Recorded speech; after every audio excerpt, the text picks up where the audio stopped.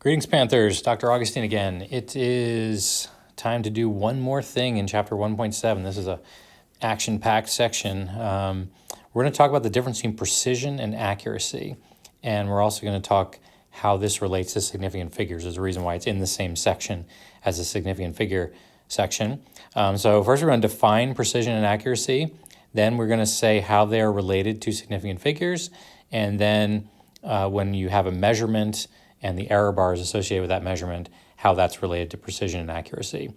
So these words are used kind of interchangeably, precision and accuracy, but they're not often used correctly. So something that's precise or has high precision is not the same thing as something that's accurate or high accuracy. So let's use an example from the textbook. Here are 3 student trials, student A, student B, and student C. These are measurements, and these are mass measurements. They're all measured in grams. Someone did each of these students did 4 different trials, and then they have an average value for each one of these things. And we're also told that the block is known to have a true mass of 10.00 grams. So that's the solid blue line on each of these graphs. Okay? 3 students repeatedly weigh a lead block known to have a true mass of 10 grams. And here's the raw data, and here is that data graphed. If you notice in student A, trial A, these numbers are kind of all over the place. They're not grouped together. You got 10.49 all the way down to 9.79. And if we compare these 2 trials, these numbers are all kind of close to each other. These numbers are all kind of close to each other. But this one bounces all over the place. So we would say that this one is neither accurate nor precise.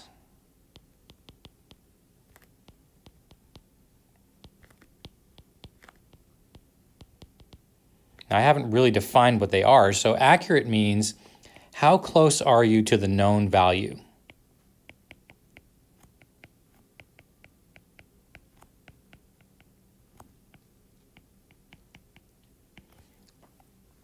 Okay, we know it's 10 grams, so if your measurement comes out really close to 10 grams, you have an accurate measurement.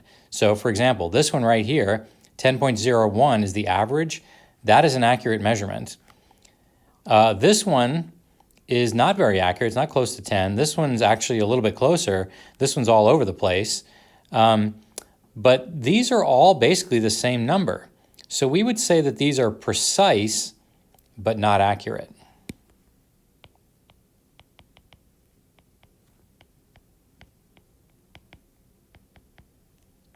So precision says, how close are the measurements to each other? So this trial 2 or student B, has precise measurements, but not accurate measurements. And then trial 3 is both precise and accurate.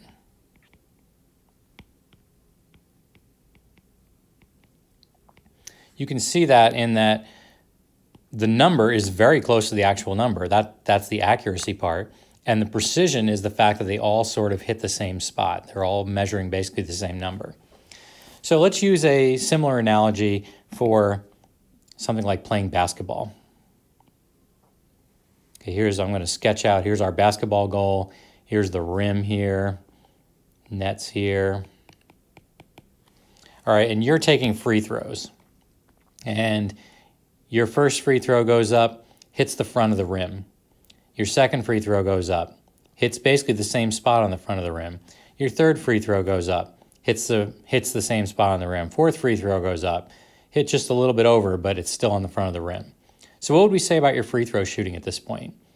We would say you're not a very accurate free throw shooter, but you are precise. You're hitting the exact same spot every single time. If you are bouncing it off here, hitting the back of the rim here, bouncing it off the back and going in, hitting one off the side of the backboard, you're neither precise nor accurate. And in the strange case where you be bouncing it off the backboard every time and bouncing it in, you could be accurate but not precise.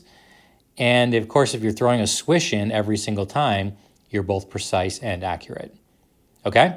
So if your measurements are all basically the same measurement, even though they're off, you could have a precise measurement, but it's not a very accurate measurement.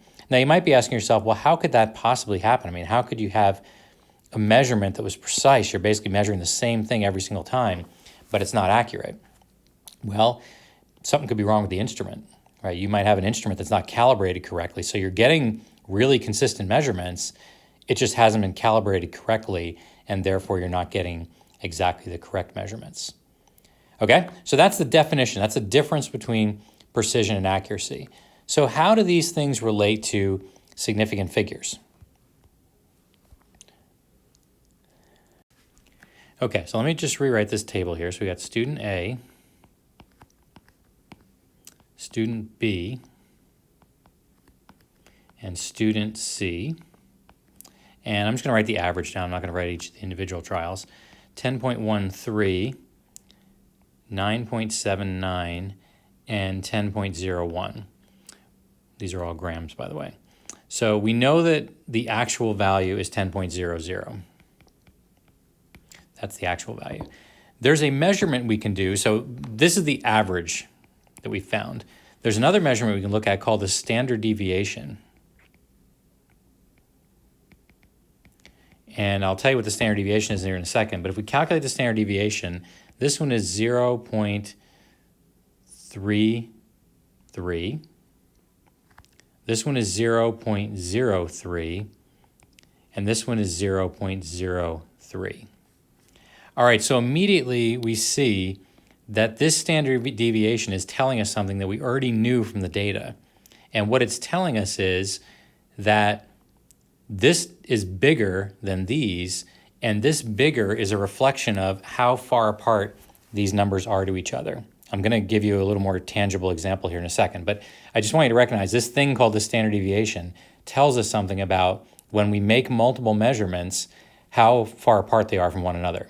And these two are basically the same. We already knew they were tight, and this one is big. It's 10 times bigger, in fact.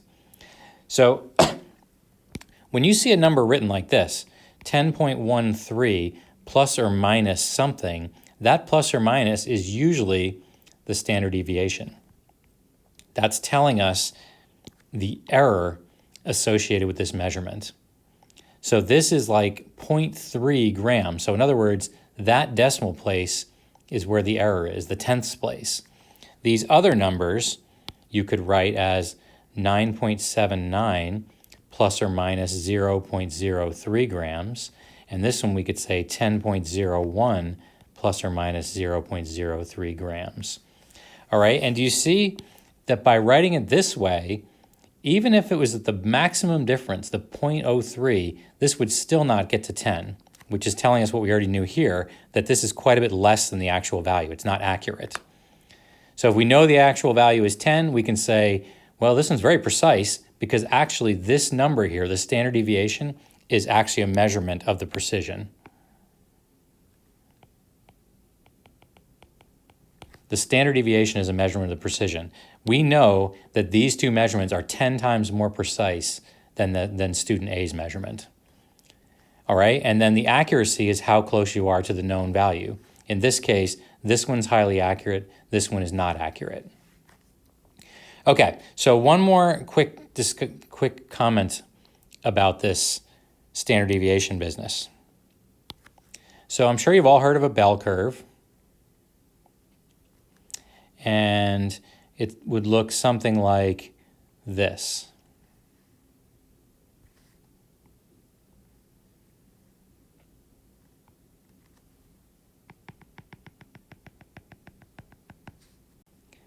I'm going to draw two different bell curves. So let me sketch the second one out here. And we'll call this one curve A, and we'll call this one curve B. All right, what we would have along here is some value, like for instance, mass, might be along the x-axis, and let's say 10.13 is my mass. I'm not just making that number up, that's obviously the number from up here. All right, so if we did a whole series of measurements and we plotted them out, we could get a distribution curve that looks like this bell curve. Okay, and it might be if we had 100 measurements or 500 measurements or 1,000 measurements, we could simulate it with this bell curve. It's also called a Gaussian distribution. All right, and then the average, whatever the average is the peak of that bell curve.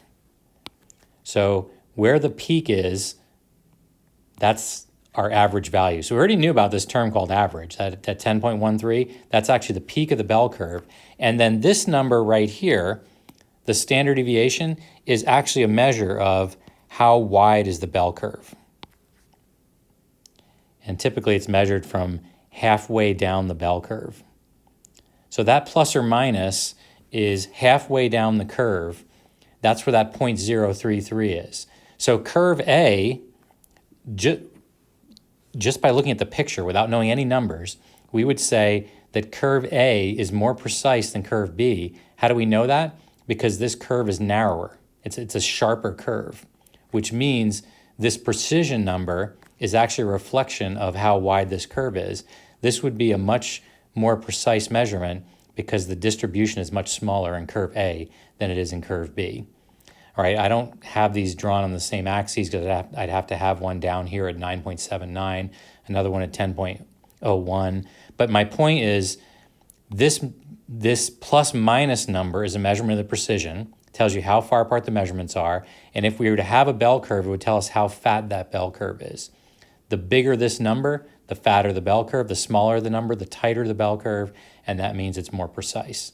So if you have something with the exact same average, say 10.13, you had two different measurements, 10.13, but one curve was sharper than the other, that would tell you the measurements were tighter together. There was a higher precision measurement. Okay, that wraps up significant figures and precision. Oh, let me just make one more comment. A tighter bell curve means a more accurate measuring instrument. So if we use an analytical balance versus one of those ones with the arms where you slide the weights on it, we would expect a tighter distribution for an analytical balance than we would for one of the triple beam arm balances. Okay, and the way that shows up then is the bell curve is much tighter. So this is a reflection on how good our instruments are that are allowing us to make this measurement. The final video in this chapter is going to deal with dimensional analysis. We've already been doing a little bit of this, but we're going to spend more time on examples and more time on really being careful with using significant figures, using precision and accuracy, and using units to help us figure out how to do calculations.